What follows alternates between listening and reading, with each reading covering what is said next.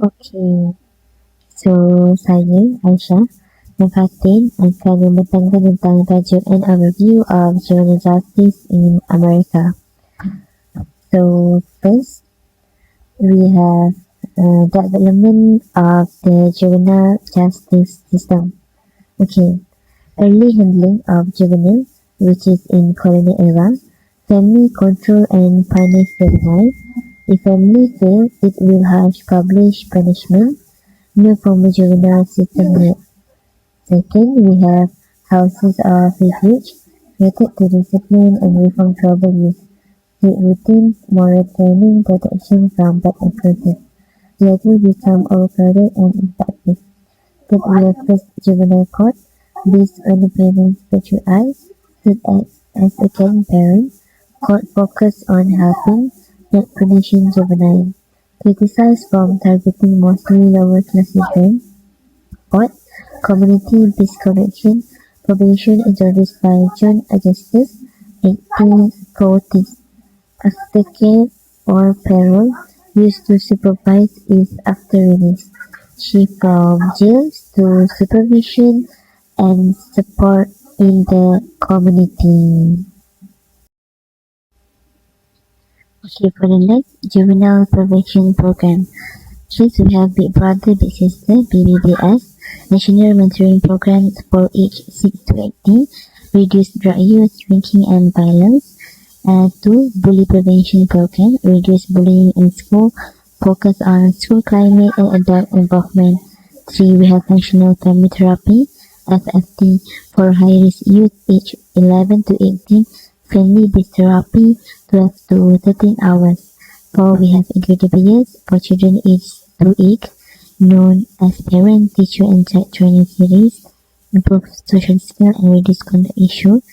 5. Life skill training, LSC, school-based lesson, teach refusal skill and decision making. Cuts tobacco, alcohol and marijuana used by 15 to 75%. Okay. For 6, we have Midwestern Prevention Project, MPP, long-term community program, 3 to 5 years, target gateway drugs, reduce smoking and use by up to 14%.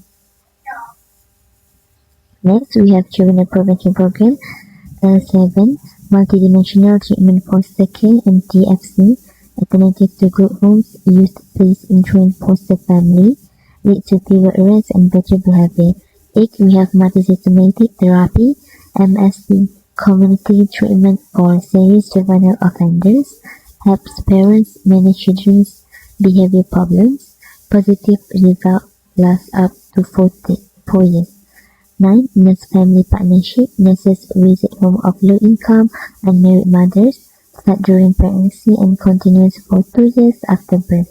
Improve long-term outcomes for both mothers and children. Then we have Project Toward No Drug Abuse, Project TND, target high school students aged 14 to 19 at risk for drug abuse. 1 year follow-up show reduced use of cigarettes, alcohol, marijuana, and hard drugs. 11. Promoting alternative thinking strategy path, program to build social and emotional skills in children, used in classroom from kindergarten to 5th grade, listen to children to identify feelings, manage emotion, and delay gratification. Okay, so next we have deviation from the juvenile justice system. Example of deviation programs. First, we have youth court or teen court, offender judged by peers, handles minor offences.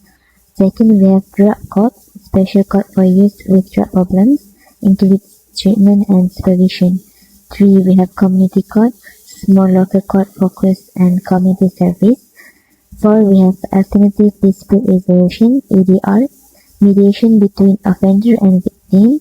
Lastly, we have gun court for weapon and related offences, education plus supervision.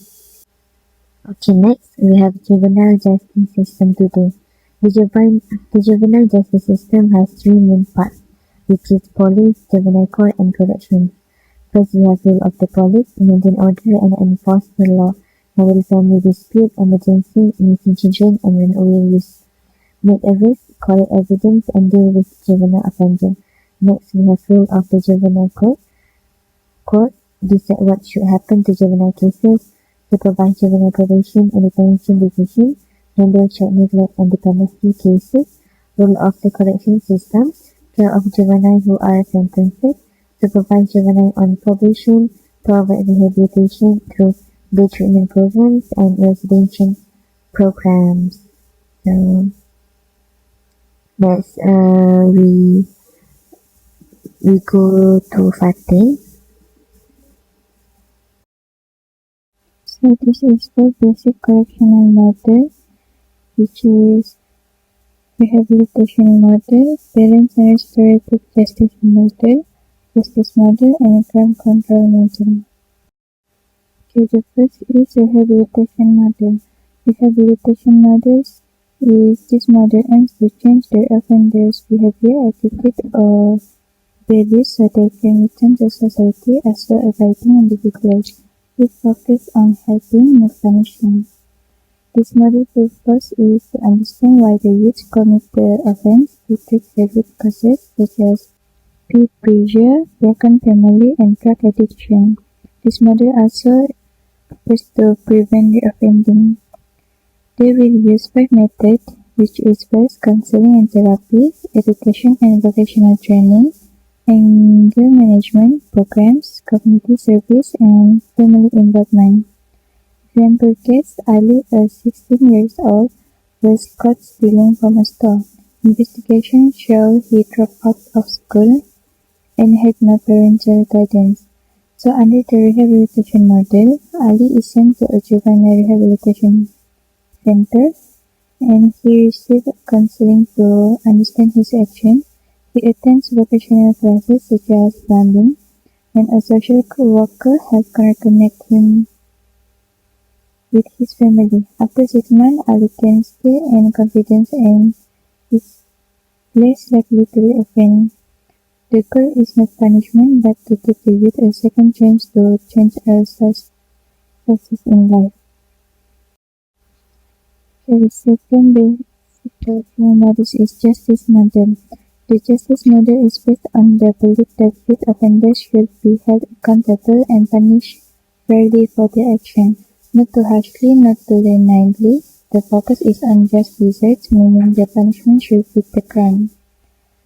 The offenders are responsible for their action. They have the ability to choose between right and wrong. Fair punishment is necessary to show that wrongdoing has consequences, and equal treatment for all offenders regardless of the crime. The model purpose is to ensure fairness and consistency in how justice is delivered, to reinforce the idea that breaking the law will have clear consequences, and not focus on changing behavior like rehabilitation, but on holding the offender accountable. Example case: Sarah, age 17, commits fraud by using someone else's online banking to transfer money. So under the justice model, she is brought to court and charged fairly. She receives a sentence such as community service and a fine according to the law, and she is not given lighter treatment just because of her age or background. This model sends a strong message of responsibility and fairness. If you break the law, you face the consequences, no more, no less. The third basic correctional model is balance and restorative justice model. This model combines accountability, competency development, and community safety. It focuses on repairing the harm caused by crime, not just punishing the offender. It involves victims, offenders, and the community in the justice process. The main goals of this model is first, accountability, which is offenders must take responsibility for their actions. Second is competency. The help offenders learn new skills and become productive citizens. And the last is community safety, which is protect the community and reduce the chance to reoffending. Example case: Ali, 16 years old, vandalized a local shop. Under the Balance and Restorative Justice model, Ali meets the shop owner to apologize and understand the harm caused. He may be required to repair the damage or to community service. He also joins a program to learn job skills and avoid repeating his mistake. This model asks how can we fix what was broken. It aims for healing, not just punishment, not punishing, turning a mistake into an opportunity to grow and make amends.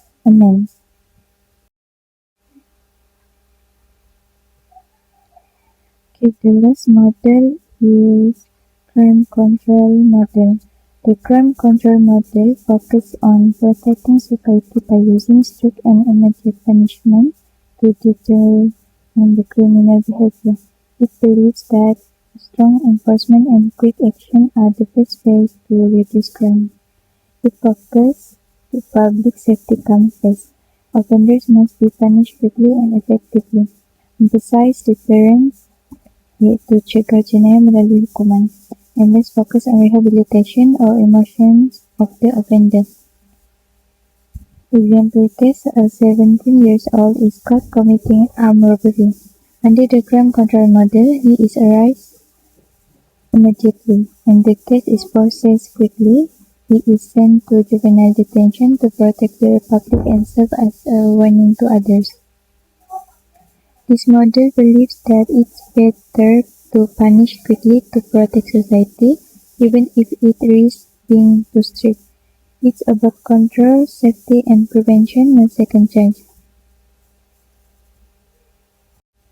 The next subtopic is treatment in juvenile justice.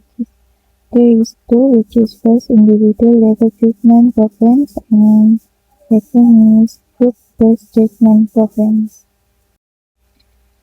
Here move forward to individual level treatment programs. This program is insight-based therapy. It focuses on emotional conflicts and psychological issues. They use the method of encourage youth to understand the cause of their behavior. But the weakness is many juveniles deny having emotional problems and refuse to share their personal feelings. Second is cognitive behavioral therapy, CBT. It focuses changing the way offenders think to change how they behave. Develops skills such as self-control, decision-making, problem-solving, empathy, and highly supported by research.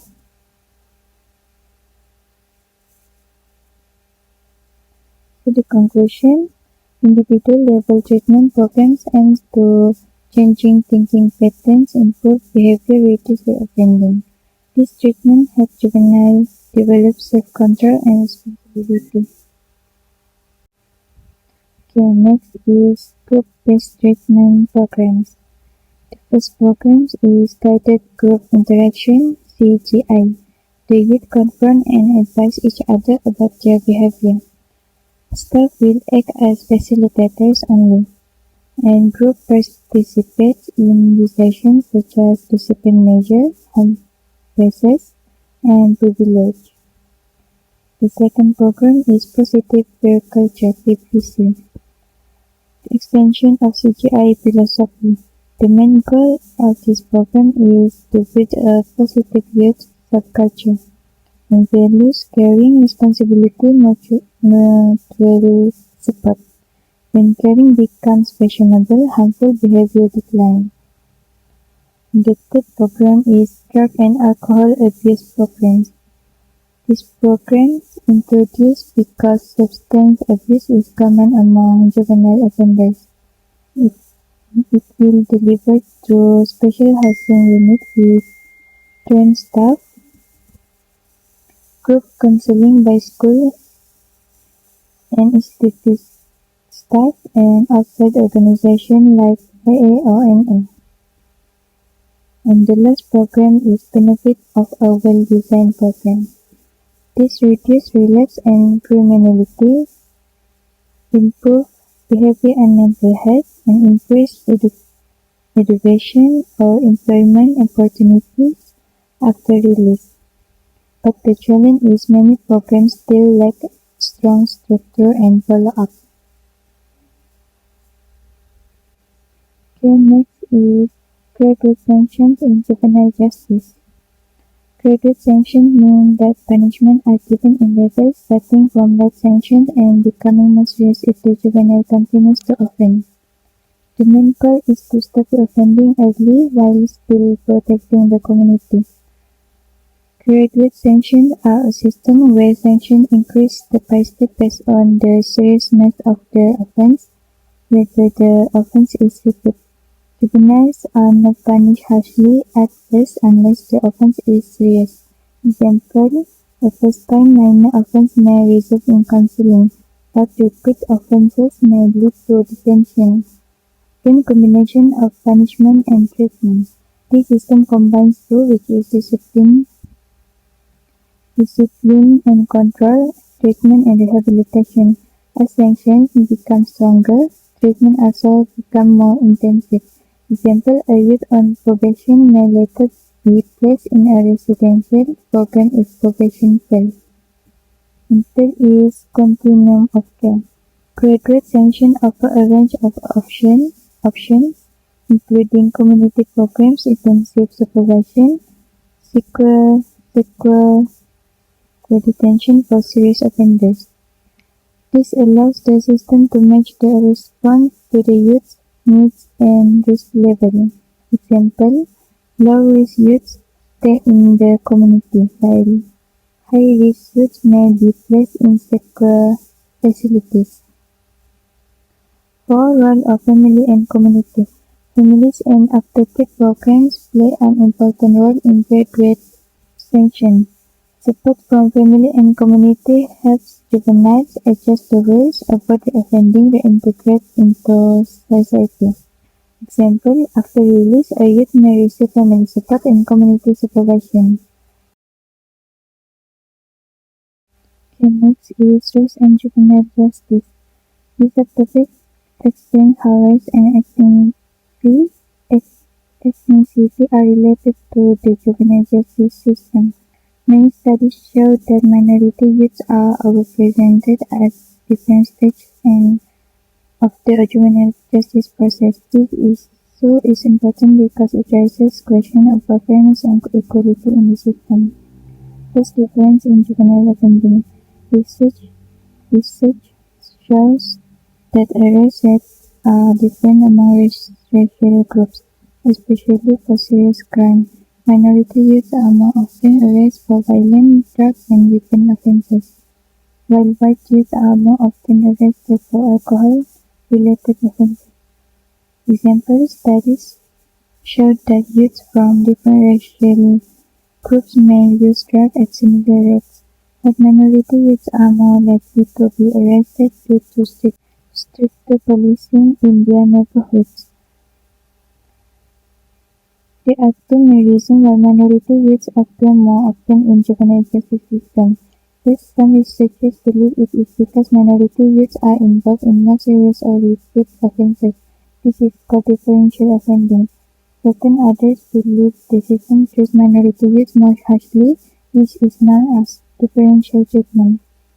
Two youths commit the same offense, but the minority youth is more likely to be detained or sent to adult court. Minority youths are more likely to be detained before trial, formally charged, sent to secure facilities. This situation is called discipline. A minor offense may be handled informally for one youth, but result in detention for a minority youth. Why this happens? Because if the small difference early in the process can become bigger problems later. In conclusion, race and juvenile justice are closely connected. Minority youths are overrepresented not only because of behavior but also because of how the system operates. Okay, next is prevention of delinquency comprehensive strategy. It focuses on high-risk youths early in the The last subtopic is Trend for the Future in Juvenile Justice. This subtopic discusses the future direction and changes in the juvenile justice system. These changes are happening because approaches that focus only on punishment have been found to be less effective in preventing repeat offenses among juveniles. There are two major trends that are expected to continue in the future. First, expansion of restorative justice. Restorative justice is increasingly is because it does not only punish offenders but focuses on repairing harm, offender accountability, and community healing. This approach involves dialogue between the victim and the offender, offenders taking responsibility for their action, rebuilding relationship within the community.